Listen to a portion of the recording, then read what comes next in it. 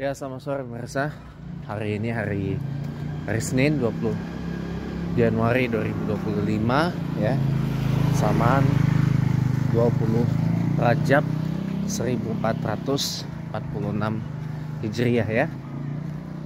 Minggu depan kita akan merayakan hari Isra Mi'raj tanggal 27 Rajab 1446 Hijriah bersamaan dengan hari Senin minggu depan tanggal 27 Januari 2025. Nah, kalau bulan Rajab nih udah ada deket-deket Isra Mi'raj nih ya, Isra Mi'raj. Nggak lama kan kita masuk bulan Sya'ban. Tiba-tiba masuk tuh momen nisfu Sya'ban, tanggal 15 Sya'ban malam nisfu Sya'ban, tanggal 14 Sya'ban malam 15 Sya'ban 1446 Hijriah. Insya Allah kalau nggak ada perubahan itu nanti tanggal 14 Februari 2025 kalau nggak ada perubahan ya.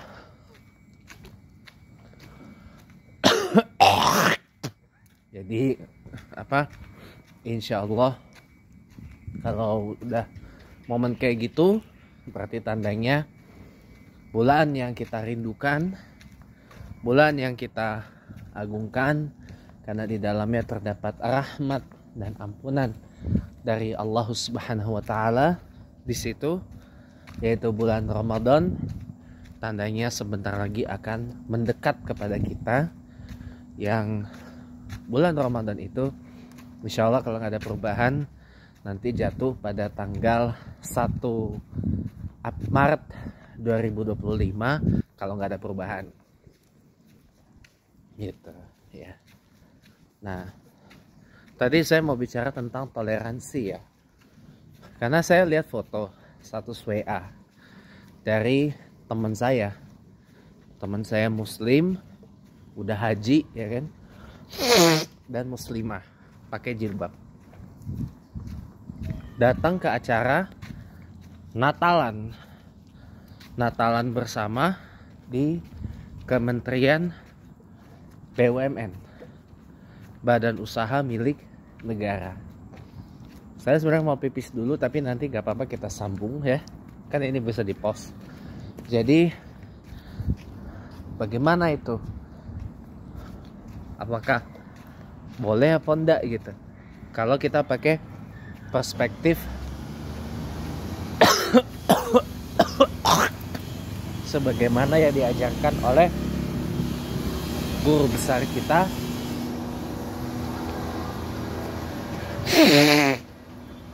yaitu Ketua Umum MUI Majelis Ulama Indonesia yang pertama, yaitu Buya Hamka.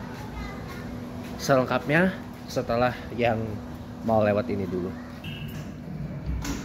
ya. Welcome back, selamat datang kembali teman-teman di Chatterbox.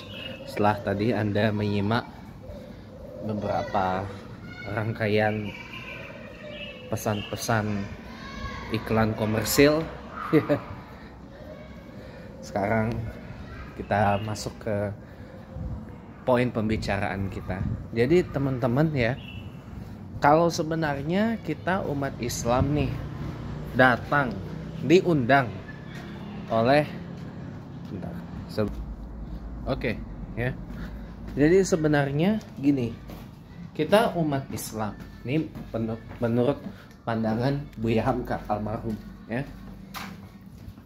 kita umat Islam diundang ke acara Natal bersama, seperti yang dihadiri oleh teman saya ya, muslim itu dan muslimah berhijab itu. Oke. Nah, itu hukumnya boleh apa enggak?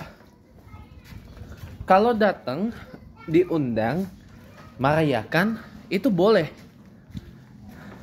Tapi kalau untuk ikut ibadahnya, nah itu yang nggak boleh, kata Buya Hamka.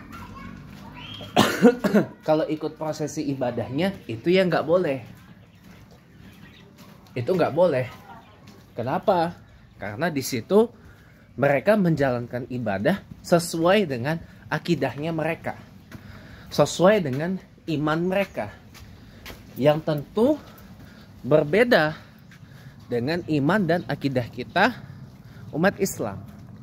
Makanya Buya Hamka menyarankan kalau di acara Natalan tersebut umat Kristen melakukan peribadatan Natal mereka, kita umat Islam itu harus keluar, lebih baik keluar dari acara tersebut supaya akidah iman Islam kita tidak tergoyahkan oleh yang begituan gitu.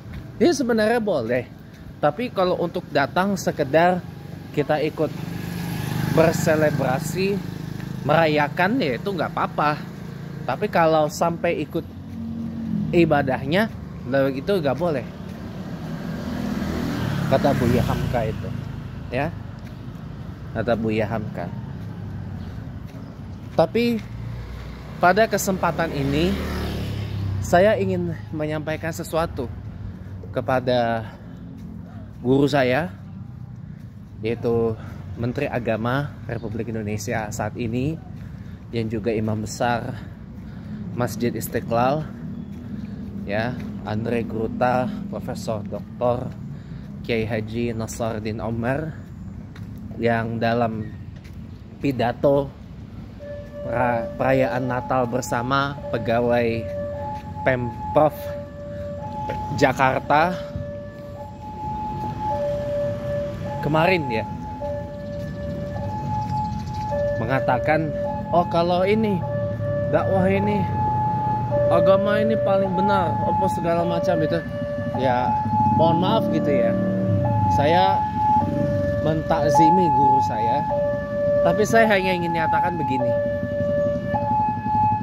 Allah Subhanahu wa taala mengatakan dalam Al-Qur'an surah Ali Imran ayat 19, Inna dina, bait pertamanya dari ayat itu, Inna dina indallahil Islam, ya, agama di sisi Allah satu-satunya adalah agama Islam.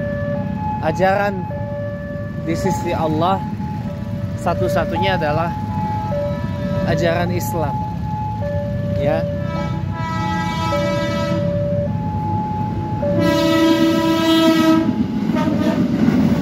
Ada kereta lewat, jadi agak bising. Ya. Inna dina indallahil Islam. Agama di sisi Allah satu-satunya ialah Islam. Jadi wajar kalau kita umat Islam meyakini itu sebagai akidah kita, bahwa agama yang benar di sisi Allah hanyalah Islam. Agama yang paling benar adalah Islam. Kenapa? Dalam ayat terakhir dari surah Al-Hajj, ya, kalau saya tidak salah, di situ ada Allah berfirman. Firman Allah Subhanahu wa taala mengatakan kepada Nabi Muhammad, ya, ikutilah ajaran nenek moyangmu Nabi Ibrahim, yang Allah di situ kasih nama ajaran Muslim, ajaran Islam, gitu loh. Allah sendiri memberi nama agama, ajaran yang yang kita anut ini. Masa iya diragukan sih? Oh, kamu tuh masa iya kita dilarang gitu loh menyampaikan akidah kita seperti itu? Kan nggak benar itu ya, makanya saya minta maaf gitu ya, saya harus luruskan dulu yang seperti itu ya. Tapi kalau di dalam konteks masyarakat umum ya, kita toleransi tetap, dalam hal muamalah tetap kita hargai mereka-mereka yang bukan Islam itu, mereka mau meyakini agamanya dengan keyakinan mereka, mereka mau menjalankan ajaran agamanya sesuai dengan ajaran agama mereka, ya sudah gitu loh.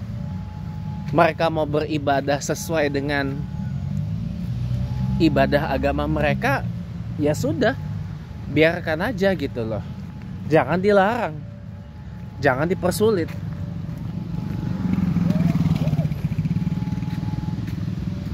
Jangan dilarang dan jangan dipersulit gitu loh. Nah, makanya saya punya tawaran menarik nih bagi teman-teman yang bukan Islam gitu ya. Ketika mau mendirikan rumah ibadah di wilayah Indonesia ini, coba mending bangunnya itu bangun di tanah kosong. Bangun di tanah kosong, ajukan IMB-nya dan izin-izin apa itu segala macam. Ikut prosedurnya deh, pasti dikasih. Pasti dikasih. Tapi kalau pendirian rumah ibadah kan katanya ada SKB ini itu apa segala macam. Coba ikuti dulu deh. Insya Allah ada jalan. Insya Allah ada jalan. Yang paling insya Allah ada jalan. Yang penting apa? Ikut prosedur. Kalau nggak ikut prosedur, wajar nggak dikasih. Tapi kalau ikut prosedur, insya Allah pasti dikasih. Kenapa selama ini teman-teman Kristen kayak sulit gitu loh bangun gereja di Indonesia ini? Karena banyak dari mereka yang nggak ikut prosedur. Coba kalau ikut prosedur, insya Allah dikasih. Insya Allah. Paling nggak ada komunikasi gitu loh. Ada komunikasi dengan perwakilan masyarakat bahwa kita ingin mendirikan gereja di tempat ini, mendirikan gereja di tempat itu, dan seterusnya. Insya Allah ada jalan kok. Insya Allah pasti ada jalan. Insya Allah. Yang paling penting itu, ya. Makanya kawan-kawan semua, mari kita sadar diri gitu loh. Dan ingat, yang namanya tasamuh, yang namanya toleransi itu ada batasnya. Akidah kita yang membatasi, ya. Boleh kita menggunakan dalil lakum dinukum waliyadin. Agamamu agamamu, agamaku ya agamaku gitu loh. Tapi ingat, namanya toleransi ada batasnya. Yang paling penting apa? Kita umat Islam adalah mutlak hukumnya meyakini dan mengimani tidak ada Tuhan yang berhak, layak, patut dan seterusnya disembah selain Allah. Dan kita tidak menuhankan apapun kecuali Allah Subhanahu wa ta'ala. Itu aja. Beres. Itu baru namanya toleransi. Jangan seperti di China, di Tiongkok. Negara memaksakan ya kita umat Islam untuk mengikut ajaran Xi Jinping. Ya. Jelas agama Islam melarang kita minum minuman keras, ya kan? Malah dipaksa kita mengkonsumsi minuman keras. Ya. Jelas dalam agama Islam kita nggak boleh makan babi, malah dikasih makan babi, ya kan? Itu nggak boleh yang seperti itu, teman-teman. Ya, tapi kembali lagi, namanya China, namanya Tiongkok itu menerapkan state atheism atau ateisme negara, di mana orang sana menganggap ajaran agama kayak agama Islam ini sebagai hal yang superstitious atau tidak masuk akal. Itu sebagai ajaran, itu hal yang dilarang. Nah sekarang gini teman-teman, pihak China, pihak Tiongkok mengatakan agama Islam itu adalah superstitious, tidak masuk akal. Nah sekarang saya tanya, emang semua hal itu harus dinalar pakai akal? Di dalam agama Islam itu ada namanya dalil akli, pakai akal, dan dalil nakli yang menggunakan teks dan menggunakan rasa. Nakli. Dalil akli wa dalil nakli. Gitu loh. Jadi ada hal yang mesti ya kita cerna pakai akal, ada juga yang harus kita cerna pakai perasaan. Itu Islam. Nah, pertanyaan saya, letak superstitiousnya di mana? Letak hal yang tidak masuk akalnya itu di mana? Gitu loh. Kalau bagi saya, ajaran agama Islam ini lebih banyak hal-hal yang masuk di akal ketimbang yang tidak masuk di akal. Kalau ngakunya Islam tapi banyak yang mengatakan banyak ajaran Islam yang tidak masuk akal, itu sama aja bohong, itu pendusta itu. Tuh udah calon-calon OTW murtad kalau seperti itu, ya. Jangan teman-teman.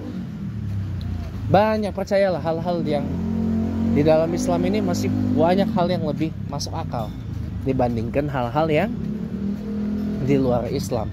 Apalagi sampai menuhankan pria gondrong. Nah itu. Ya, saya break bentar teman-teman. Ya, welcome back. Sekarang saya tanya, lebih logis menuhankan Allah atau menuhankan pria gondrong? Nah itu aja. Udah pria cowok gondrong, nggak pakai baju lagi. Nah logis gak itu? Ngomongnya apa?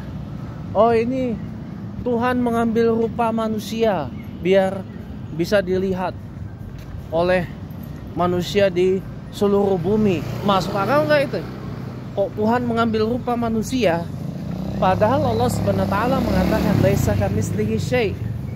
Allah itu tidak sama dengan apapun, termasuk dengan manusia. Ya. Laisa kamitslihi syai'. Itu loh. Pertanyaan saya, Tuhan mengambil rupa manusia itu masuk akal nggak? Ya. Sudah itu tidak jelas pula rupa manusianya seperti apa. Ada yang mengatakan, oh ini cowok gondrong, kulitnya putih, rambutnya pirang.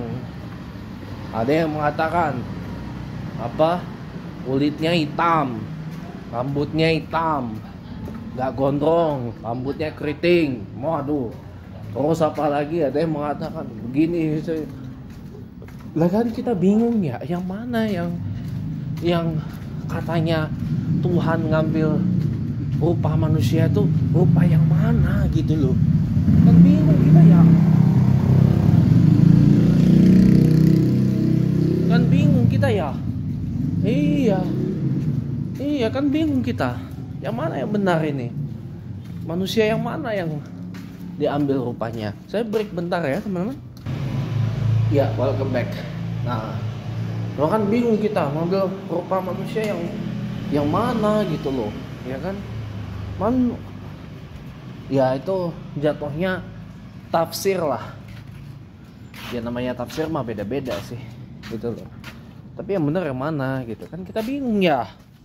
Iya. Itu makanya. Jadi para teman-teman kan semua, makanya kalau udah kita menuhankan Allah Subhanahu wa taala yang menciptakan seisi alam semesta termasuk kita manusia ini tuh udah hal yang paling masuk akal deh. Kenapa? Yang menciptakan akal siapa? Yang menciptakan akal kan Allah. Ya kan? Iya. Gitu. Nah, itu baru namanya agama Islam, itu agama yang masuk akal. Gitu. Oke? Tadi kita bicara toleransi. Nah itu. Jadi toleransi itu adalah dengan kita tidak memaksakan, apalagi antar umat beragama ya, dengan tidak memaksakan akidah iman kita terapkan kepada orang lain. Ibaratkan gini, orang pakai baju, kita pakai baju, ukuran baju kita XL karena badan kita luar biasa. Bentar ya, ukuran badan kita bajunya XL, tapi orang pakai baju XL kebesaran ukurannya.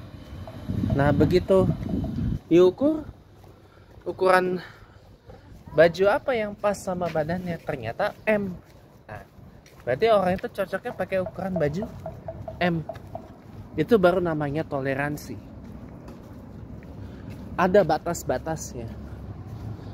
Gak harus ya kita dengan simbol menghadiri Natal bersama, oh itu perwujudan dari toleransi antar umat beragama. Gak harus begitu, gak harus. Minimal kita menjaga mereka menjalani agama mereka.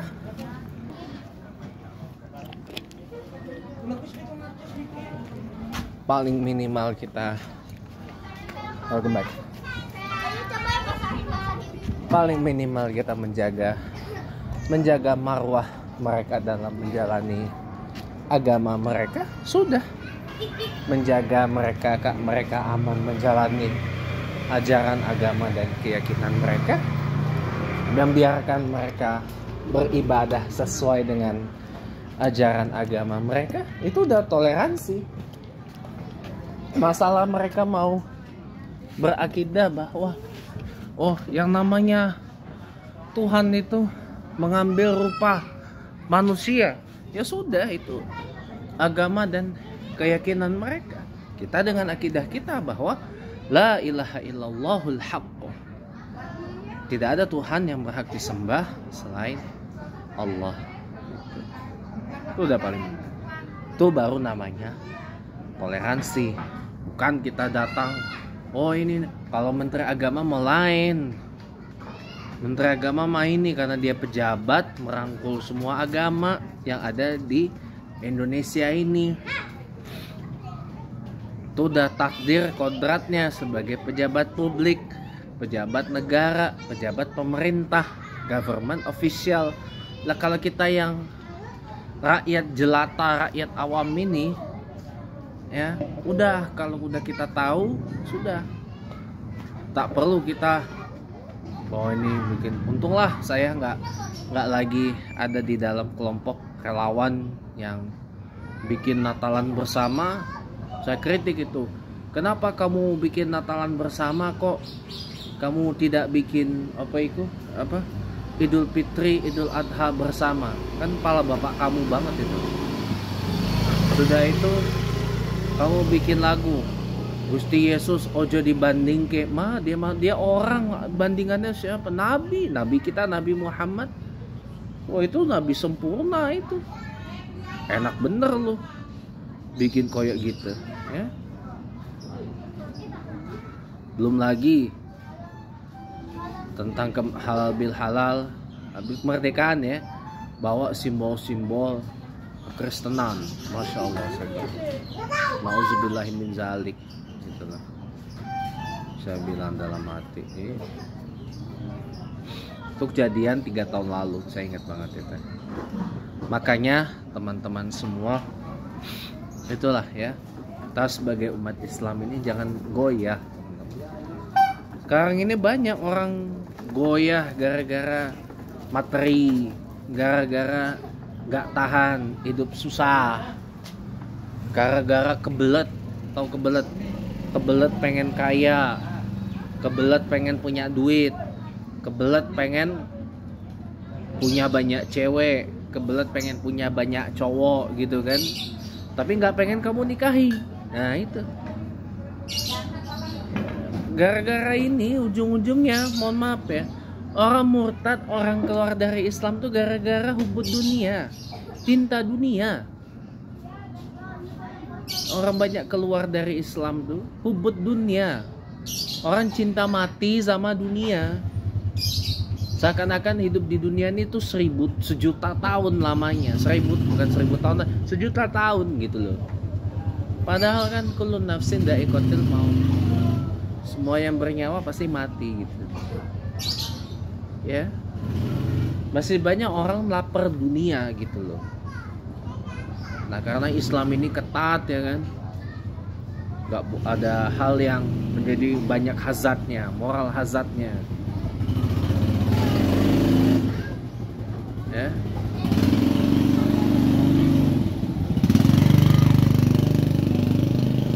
Banyak yang menjadi moral hazardnya Islam itu, ya. Banyak dalam tanda kutip pantangannya, gitu kan. Banyak aturannya dalam tanda kutip, gitu kan. Nah, orang nggak tahan dengan itu. Jadi ya sudah, keluar aja karena nggak mau diatur. Ya, tapi akibatnya jadi terjebak dalam ajaran yang ya gitu, rugi. Saya katakan rugi. Anda keluar dari Islam tuh rugi. Kenapa? Dalam Islam itu konsep syafaatnya udah jelas, ya. You minta syafaat ke Nabi selain Nabi Muhammad nggak bakal bisa.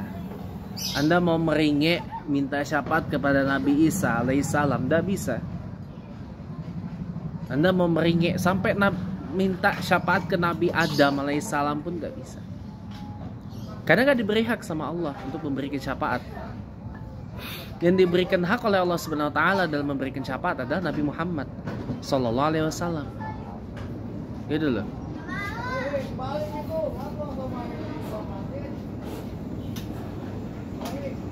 Yang diberikan hak oleh Allah Subhanahu Wa Taala dalam memberikan syafaat adalah Nabi Muhammad Sallallahu Alaihi Wasallam. Bukan yang lain.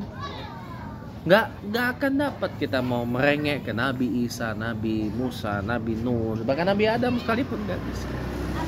Nah, Allah nggak berikan hak untuk memberi syafaat. Itu loh. Ya Allah. Ya, kita sambung ya teman-teman. Jadi maaf ya teman-teman, saya mau ngomong apa adanya. Rugi teman-teman kalau kalau keluar dari Islam tuh rugi. Ya kan? Rugi.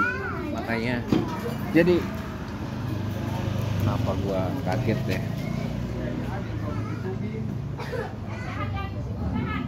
Jadi makanya kawan-kawan sekalian, ya mari kita jaga akidah Islam kita, jangan kendor. Akidah Islam kita tuh not for sale, nggak untuk diperjualbelikan.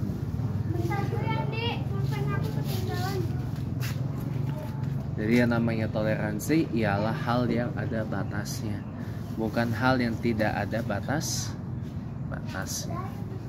Gitu. Ya, mungkin ini aja yang bisa saya share untuk sore hari ini. Makasih banyak udah nonton ya, selamat sore dan sampai bertemu lagi di kesempatan lain.